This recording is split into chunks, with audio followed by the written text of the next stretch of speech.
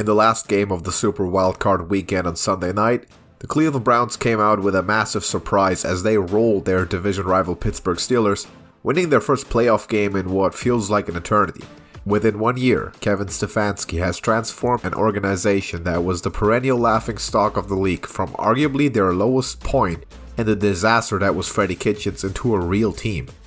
Stefanski came to the Browns after serving as the offensive coordinator of the Minnesota Vikings under Mike Zimmer, and it's safe to say that he brought a lot of inspirations from the Vikings to Cleveland that is working out in a big way. If you look at the schemes and even the personnel they are successfully using on offense as well as defense, the Mike Zimmer philosophy is all over what the Browns are doing. And in this video, I want to line out just how well Stefanski has implemented this philosophy in all phases of the game, and actually made it better than the Vikings are running it themselves.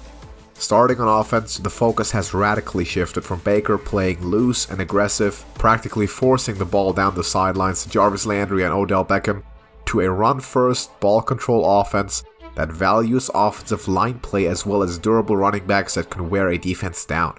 Just like the Vikings over the past seasons relied on Dalvin Cook as the centerpiece of the offense, while combining the run with dangerous receivers like Adam Thielen, Stephon Diggs, and now Justin Jefferson to give Kirk Cousins an easier time exploiting defenses who are forced to commit to the run. The Browns have virtually turned into the exact same team offensively.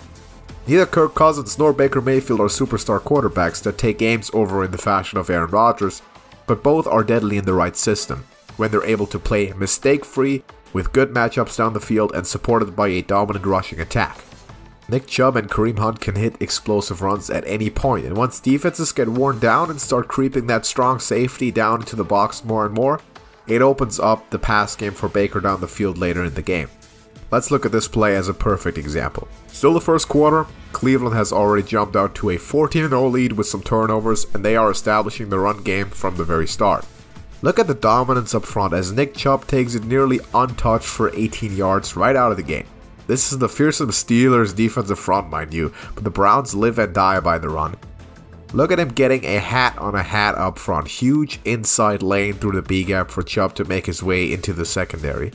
And this is why you pick up Jack Conklin and Wyatt Teller in free agency, the right guard and tackle on this play. Look at them pick up these incredibly difficult reach blocks on the Steelers linemen to make this play possible. That's some of the best offensive line play we have ever seen in the NFL in many, many years, and it's the foundation of every play that the Browns run. On the other side of the ball, even the defense for the Browns is showing striking similarities to the Vikings and Mike Zimmer's ideas. Just like the dominant Minnesota defenses during their playoff runs in 2018 and 2019, the Browns are running a base 43 defense that can fluently sub into a 4-5 nickel on passing downs by bringing the extra defensive back on the field. The fundamental priority of the defense is to stop the run first and get pressures on the quarterback without blitzing, while you play press man or have your versatile linebackers lurking in shallow zones covering the field till the pass rush gets home. The Vikings would frequently overwhelm opposing offenses with their defense at full strength and the required personnel in place. A strong edge rush, linebackers that can cover, and cornerbacks that will hold their own on the perimeter. All those are special strengths of this Browns team this year, and so it's no surprise that offenses seem suffocated by this team, much like the Steelers did for stretches of the game on Wildcard Weekend, when they can't find an answer consistently. It is truly impressive how quickly Stefanski and his coaching staff have salvaged this organization and turned them into a better version of a team that has schematically dictated much of the recent developments in the NFL. The reason I say that they can be better than Mike Zimmer's Vikings is because I think the Browns have a better offensive line and they have a very deep rotation on defense if healthy. How far this team could go this year remains to be seen. Kansas City will pose a huge challenge. A weakness of this kind of defense tends to show when they face truly elite quarterbacks that take over games with off-schedule plays that should normally not be possible. And aside from Aaron Rodgers, Patrick Mahomes is that kind of player. It's a very matchup-dictated playoff picture in the AFC. And I think when it comes down to it, the Browns have a much better shot at beating Buffalo than the Chiefs do. I expect to see a big fight at Arrowhead out of the Browns, as things are finally looking up for a historic organization that has been down in the dumps for way too long.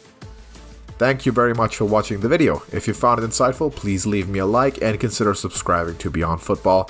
I'm planning on covering a lot more football throughout the playoffs, and during the off season, and I also upload a weekly podcast on my channel called The Scoreboard, featuring fantasy football pro Smokey Ramirez from the Atlanta Trash Talkers. Thank you once again for stopping by, and I will see you in the next one.